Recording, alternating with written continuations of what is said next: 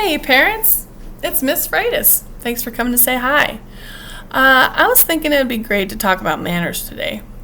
Manners is something that kind of gets lost, and it used to be taught just by families, and then eventually teachers decided to pick it up because manners weren't being really learned all that well. So now it's a little bit of a school chore to do, so teachers know to help you with that. And also, I still believe it is a family responsibility, but part of learning manners is being a good model of manners, okay?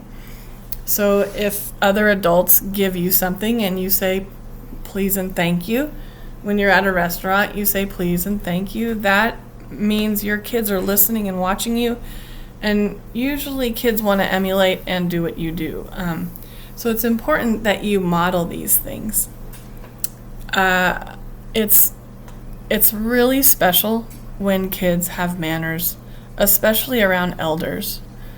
So one example would be maybe going to the store, and when there's someone standing, right here, and you have to walk past them, but they're looking at things on the shelf.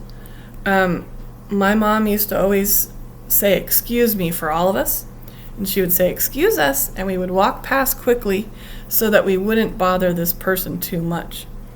And that is a kindness that I think has not been used as well now that we have so many people in the United States with very many different backgrounds.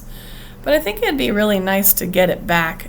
Being kind and polite to people as you walk by, and smiling at people is a nice thing. I mean, there aren't so many bad people out there that you can't be pleasant. So, I always try to think about the kindness other people have and hope that, that feeling is still out there.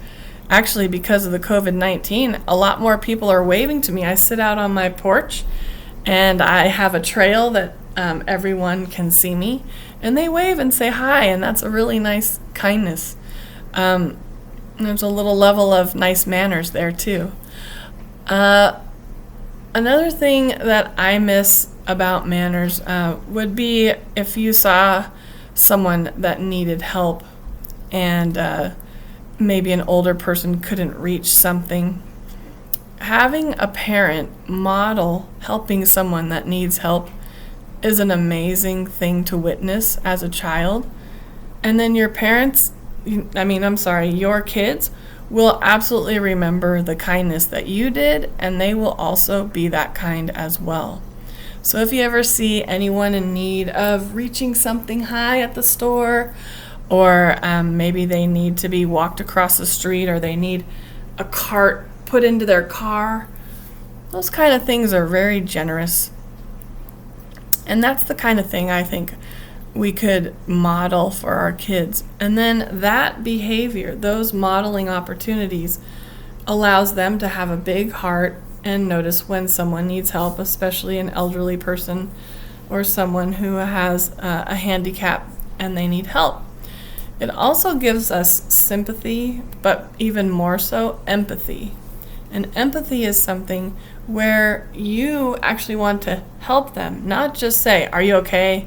and leave the situation.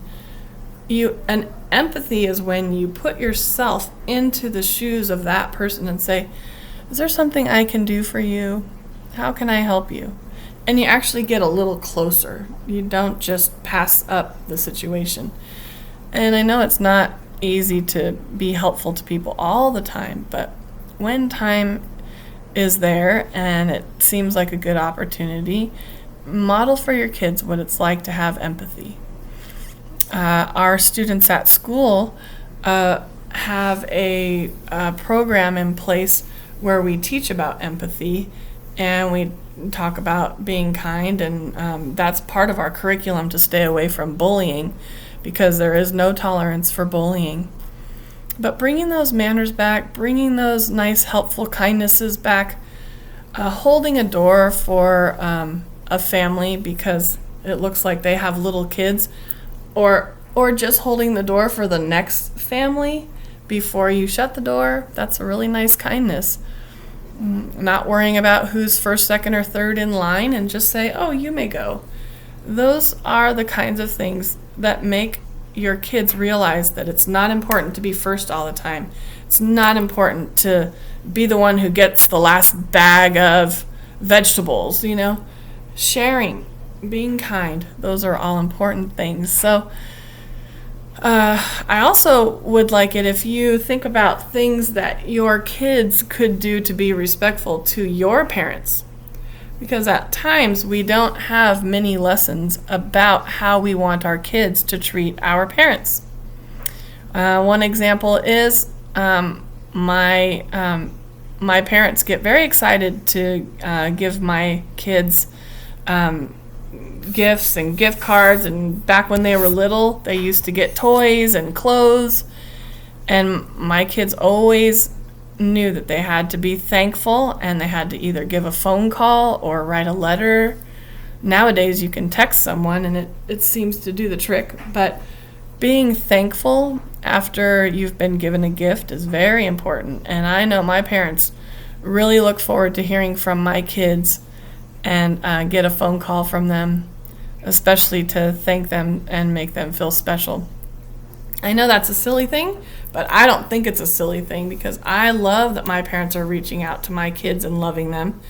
And I love it when my kids are respectful to my parents.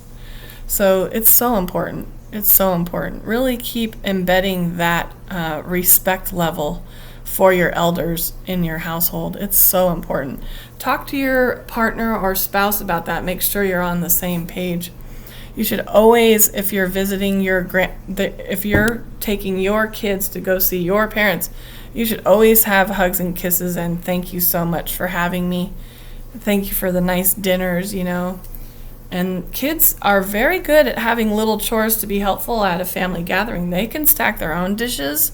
They can help stack other dishes. They could throw paper plates away. Anything you can think of where your kids are being respectful to your family, that is the way to go.